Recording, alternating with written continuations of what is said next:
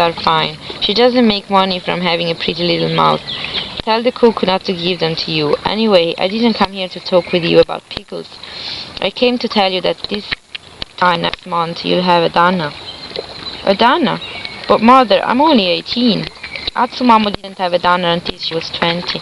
And of course that didn't last. You ought to be very pleased. Oh, I am very pleased, but wouldn't it require a lot of my time to keep Dana happy? Mamea thinks I should establish my reputation first, just for a few years.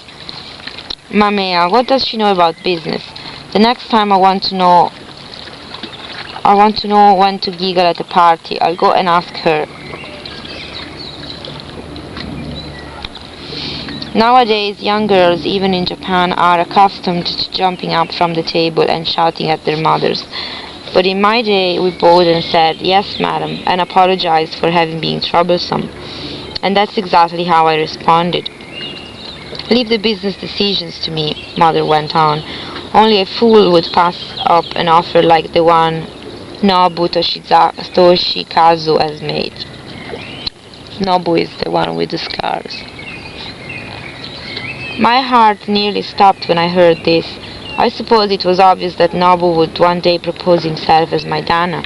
After all, he'd made an offer for my Mitsuage several years earlier, and since then he'd certainly asked for my company more frequently than any other man.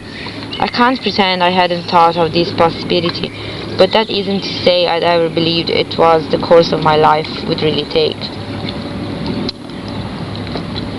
On the day I first met Nobu at the sumo tournament, my almanac reading had been, "A balance of good and bad can open the door to destiny."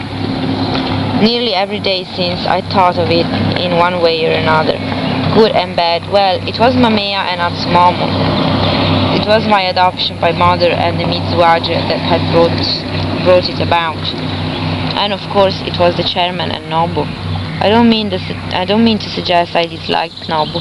Quite the opposite, but to become his mistress would have closed off my life from the chairman forever. Dai, what are you doing? Hey. What? I said cheese. Cheese.